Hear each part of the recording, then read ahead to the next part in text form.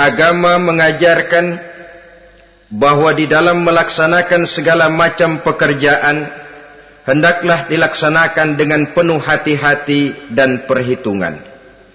Dikatakan dalam pepatah, di dalam keberhati-hatian itu ada keselamatan, dan di dalam sikap tergesa-gesa, di dalam sikap terburu-buru biasanya mengandung penyesalan.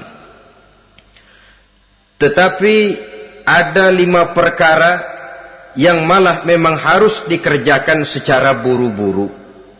Pertama, mengubur jenazah. Tidak baik kalau jenazah itu disemayamkan sampai 2-3 hari di rumah. Dan yang lebih baik mengubur jenazah itu adalah di tempat di mana dia meninggal.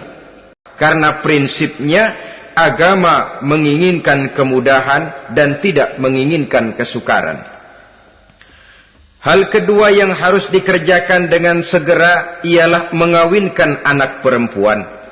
Hal ketiga yang harus dikerjakan dengan segera dan buru-buru ialah membayar hutang.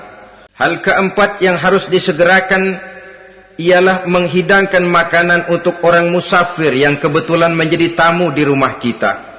Dan hal yang kelima yang harus dilakukan dengan buru-buru, dengan segera, bertaubat apabila mengerjakan perbuatan dosa.